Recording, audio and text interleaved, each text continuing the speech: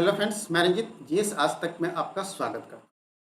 दोस्तों, जैसा कि आप लोग को मालूम है कि असिस्टेंट रिव्यू ऑफिसर का पोस्ट आया है यूपीएससी यूपी पीसीएस के माध्यम से। ठीक है, यहाँ बीपीएससी लिखा गया है, इसको आप यूपीएससी पढ़ेंगे। ठीक है, यूपीपीएससी में आपको आ गया है असिस्टेंट रिव्यू ऑफिसर। ठीक है, असिस्टेंट रिव्यू ऑफिसर या फिर रिव्यू ऑफिसर के पद, मतलब सहायक समीक्षा अधिकारी या समीक्षा अधिकारी के पद आए हैं। 411 पद है और इसके लिए फॉर्म भरने की प्रक्रियाएं शुरू हो गई। ठीक है, फॉर्म भरने की प्रक्रियाएं शुरू हो गई हैं।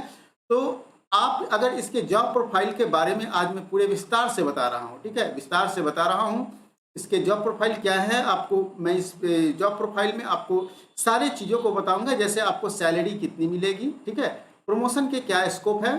ठीक है, प्रमोशन के क्या स्कोप है, कौन कौन से फैसिलिटीज़ आपको मिलने वाले हैं। ठीक है, पोस्टिंग कहाँ हो सकती है, इन सभी के बारे में हम लोग पूरे विस्तार से चर्चा करेंगे। तो काफ़ी महत्वपूर्ण वीडियो होने वाला है।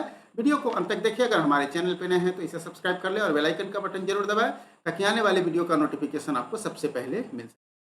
जैसा कि आप लोग को मालूम है, रिक्रूटमेंट की बात कर ले तो रिक्रूटमेंट एजेंसी कौन है आपका, यूपीपीसीएस।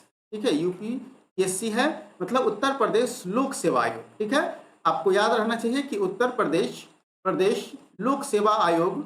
ठीक है, लोक सेवा आयोग ने इसकी वैकेंसी निकाली है। ठीक है, तो यही आपको नियुक्त करेगा और नियुक्त करके संबंधित विभाग को आपका जो नियुक्ति पत्र है वो वहाँ से मिलेगा, मतलब वहाँ भेज देगा, वहीं से आपको सारी चीज होंगी। तो ये सहायक समीक्षा अधिकारी या समीक्षा अधिकारी का पद है। आपको बता दें कि अगर बिहार में इस पोस्ट की तुलना की जाए, ठीक है, बिहार में अगर इस पद की तुलना अगर करेंगे तो ये पद इक्विवेलेंट है किसके, इक्विवेलेंट हैं किसके, तो ये सचिवालय सहायक। ठीक है, सहायक इसके इक्विवेलेंट पद है, सचिवालय सहायक इसके इक्विवेलेंट पद है। बिहार के सचिवालय में इनकी नियुक्ति होती है और ये सचिवालय में काम करते हैं। सिमिलरली आप देखेंगे तो सहायक समीक्षा अधिकारी या समीक्षा अधिकारी बिहार यूपी के सचिवालय में काम करते हैं। ठीक है, और कंबाइंड कॉम्पिटिटिव एग्जाम के माध्यम से इनकी परीक्षा होती है। ग्रुप बी का पोस्ट है और नॉन गजेटेड पोस्ट है। ठीक है, नॉन गजेटेड पोस्ट है। तो रिक्रूटमेंट आप समझ गए। चलिए आगे बढ़ते हैं। आगे है कंट्रोलिंग अथॉरिटी आपका कौन होगा और ट्रांसफर पोस्टिंग के लिए कौन जिम्मेदार होगा। तो डेफिनेट रूप से जिस डिपार्टमेंट में आपकी नियुक्ति होगी वही आप पर कंट्रोल करेगा और वही आपके ट्रांसफर पोस्टिंग के लिए जिम्मेदार होगा। ठीक है, तो नियुक्त कौन कर रहा है, उत्तर प्रदेश सचिवालय सेवा के अंतर्गत आपकी नियुक्ति हो रही है, तो यहीं से आपकी ट्रांसफर पोस्टिंग होगी। लेकिन कंट्रोल आपको कौन करेगा, विभाग के अलावा जो है आपके जो वरीय पदाधिकारी होंगे। ठीक है, वरीय पदाधिकारी होंगे या फिर विभाग का जो मंत्री होगा वो आपको कंट्रोल करेगा। ठीक है, तो याद रखेंगे। इसके साथ साथ पोस्टिंग आपका उत्तर प्रदेश सचिवालय में ही होगा या फिर जैसे बिहार में इसकी पोस्टिंग जो है कमिश्नरी लेवल पर होता है, तो वहाँ भी इस तरह के कमिश्नरी लेवल पर आपकी पोस्टिंग हो सकती है। लेकिन मुख्य रूप से पोस्टिंग आपकी बिहार उत्तर प्रदेश की सचिवालय में ही होगी। ये स्टेट लेवल का कैडर है। ठीक है, तो स्टेट लेवल में अगर आपको कमिश्नरी लेवल पर होगा तो डेफिनेट रूप से आपको अन्य जिलों में भी ट्रांसफर हो सकता है। ठीक है, चलिए आगे बढ़ते हैं। सैलरी की बात कर लेते हैं। तो सैलरी कितना है, 4600 ग्रेड पे का ये पोस्ट है, मतलब 6th पे के अनुसार 4600 ग्रेड पे और 7th पे के अनुसार लेवल 7 का पद है ये। ठीक है, लेवल 7 का पद है। तो लेवल 7 का पद है तो डेफिनेट रूप से आपका पे बैंड जो होगा वो 44,900 से 1,42,400 के बीच आपका ये सैलरी का जो पे बैंड है आपका यही होगा। ठीक है, पे बैंड आपका यही होगा। अब हम बात कर लेते हैं कि सैलरी आपको इन हैंड कितनी आ जाएगी।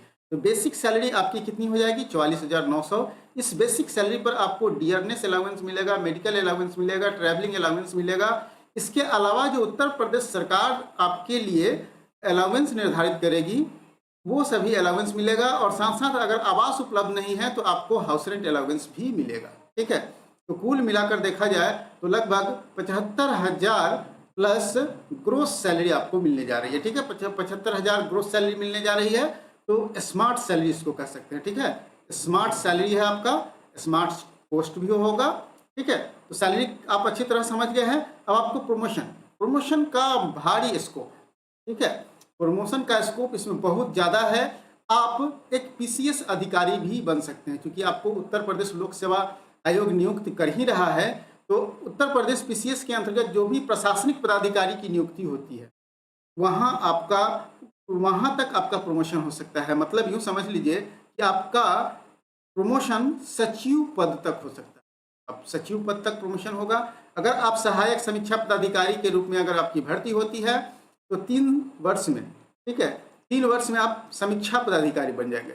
अगर समीक्षा पदाधिकारी का अगर आपका भर्ती होता है तो लगभग 8 से 10 वर्ष के अंदर आप अनुभाग, सहायक अनुभाग मतलब असिस्टेंट सेक्शन ऑफिसर बन जाएंगे, और सेक्शन ऑफिसर फिर 3 वर्ष के आसपास में, 3 से 4 वर्ष में आप सेक्शन ऑफिसर बन जाएंगे। ठीक है, इस प्रकार से आपका प्रमोशन का स्कोप देखिए। अब सेक्शन ऑफिसर अगर बन गए तो अगले 5 साल के अंदर, ठीक है, 5 वर्ष के अंदर आप अंडर सेक्रेटरी बन जाएंगे। ठीक है, अंडर सेक्रेटरी बन जाएंगे। उसके बाद फिर 1 से 2 साल में डिप्यूटी सेक्रेटरी, फिर 1 से 2 साल में आपका ज्वाइंट सेक्रेटरी बन सकते हैं। मतलब प्रमोशन को का जो है, प्रमोशन का बहुत ज़्यादा स्कोप है। ठीक है, प्रमोशन के मामले में काफ़ी ज़्यादा स्कोप है यहाँ, और पद भी आपका गरिमापूर्ण और काफ़ी चुनौतीपूर्ण पद है। पद भी काफ़ी अच्छा खासा है ये।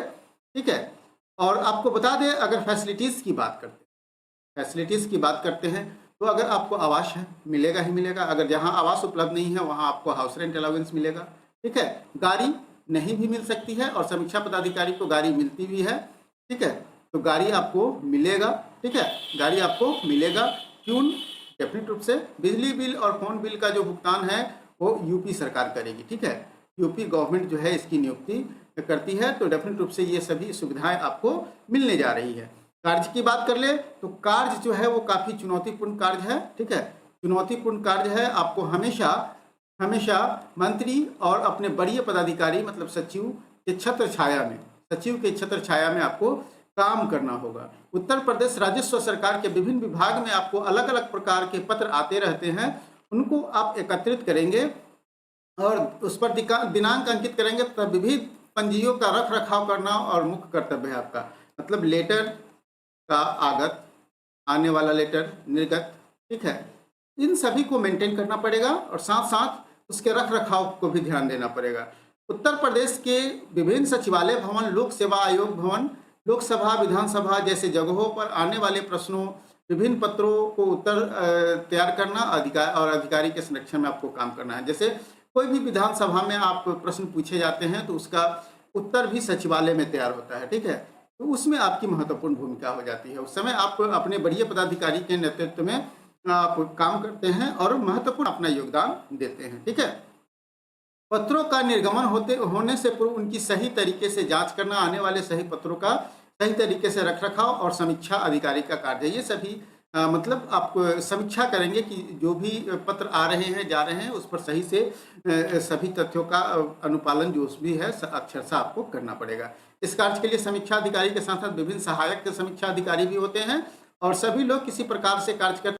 इस तरह के पत्रों को कैसे रख रखाव करना है, साथ साथ उसका उत्तर क्या दिया जाना है, इन सभी पर विभिन्न रूप से आपको चर्चा करना पड़ेगा।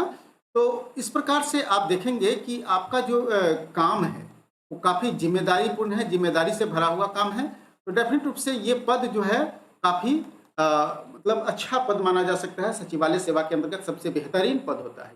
ठीक है, सचिवालय सेवा के अंतर्गत सबसे बेहतरीन पद होता है।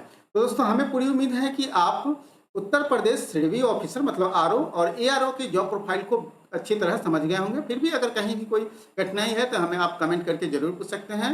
और अभी तक अगर आपने हमारे वेबसाइट को विजिट नहीं किया है दोस्तों, तो विजिट करिए, वहाँ पे भी आपको बहुत महत्वपूर्ण जानकारी मिल जाएगी। यूट्यूब चैनल को सब्सक्राइब कर लीजिए, और लेटेस्ट अपडेट के लिए हमारे टेलीग्राम ग्रुप और फेसबुक पेज के साथ जुड़िए। यहाँ पे आपको महत्वपूर्ण अपडेट्स मिलते रहते हैं। दोस्तों, आज के लिए इतना ही, फिर मिलते हैं अगले वीडियो में एक नए टॉपिक।